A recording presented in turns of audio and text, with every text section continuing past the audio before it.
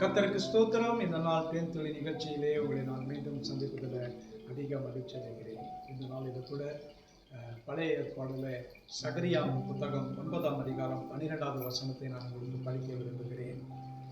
வசனம் சொல்லுகிறது, நம்பிக்கையுடைய சிறைகளை அரணுக்கு திரும்புங்கள். நம்பிக்கையை கொண்டிருக்கிற சிறைகளே அவருடைய அரணுக்கு திரும்புங்கள். இரட்டிப்பான நன்மையை தருவேன், இன்றைக்கே தருவேன். நம்முடைய ஆண்டவரிடத்துல நம்ம திரும்பி வருகின்ற வேளையில நமக்கு நிச்சயமாக கர்த்தர் இரட்டிப்பான நன்மைகளை கொடுக்கக்கூடியவராக இருக்கிறார்.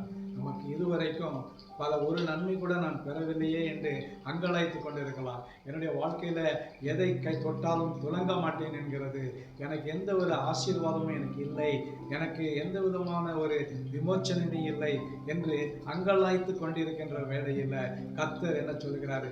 முதலாவது நீங்கள் சிறையிருப்பிலிருந்து திரும்ப வேண்டும். அது என்னவென்று சொன்னால், அதற்கு மிக முக்கியமாக தேவையான ஒரு காரியம் நம்பிக்கையுள்ள சிறைகளை திரும்புங்கள். நன்மையை தருவேன், அதை நான் இரட்டிப்பான நன்மையாக தருவேன், அதை நான் இன்றைக்கே தருவேன் என்று சொல்லுகிறார். கிறிஸ்துவுக்குள் பிரியமானவர்களே, நம்முடைய வாழ்க்கையில பல நேரங்களிலே தவற விட்டிருக்கிறோம்.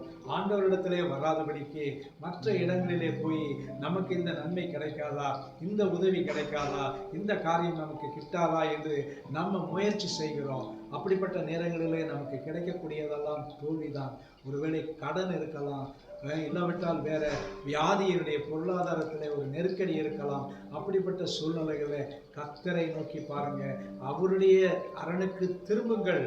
நீங்கள் திரும்பி வர வேண்டும். அப்படி திரும்பி வருகின்ற வேளையில் கர்த்தர் உங்களுக்கு இரட்டிப்பான நன்மையை தருகிறார். ஒன்றல்ல, இரட்டிப்பான நன்மை. எவ்வளவு சந்தோஷமான ஒரு காரியம்!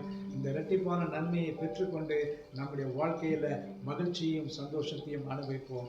நல்ல ஆண்டவரே, நன்றியோடு துதிக்கிறேன், ஸ்தோத்திரிக்கிறேன். ஆண்டவரே, நீர் எங்களுக்கு வாக்கு கொடுத்திருக்கிறவர், வாக்கு கொடுத்த தேவன், வாக்கு மாறாதவர். ஆண்டவரே, இந்த நேரத்தில் இரட்டிப்பான நன்மையை தருகிறேன் என்று சொல்லுகிறேன். ஆகவே நாங்கள் ஆண்டவரே சிறைக்கு நாங்கள் திரும்புகிறோம், அரணுக்கு திரும்புகிறோம். சிறையிலிருந்து அரணுக்கு நாங்கள் திரும்புகிறோம். ஐயா, எங்களுடைய பாதுகாப்புக்குள்ளாக வருகிறோம். மீட்பர் இயேசுவின் நாமத்தில் ஜெபிக்கிறேன் நல்ல பிதாவே, ஆமென், ஆமென். கர்த்தர் உங்களோடு இருப்பாராக. இந்த நாளிலே எதிர்பாருங்கள் இரட்டிப்பான நன்மையை.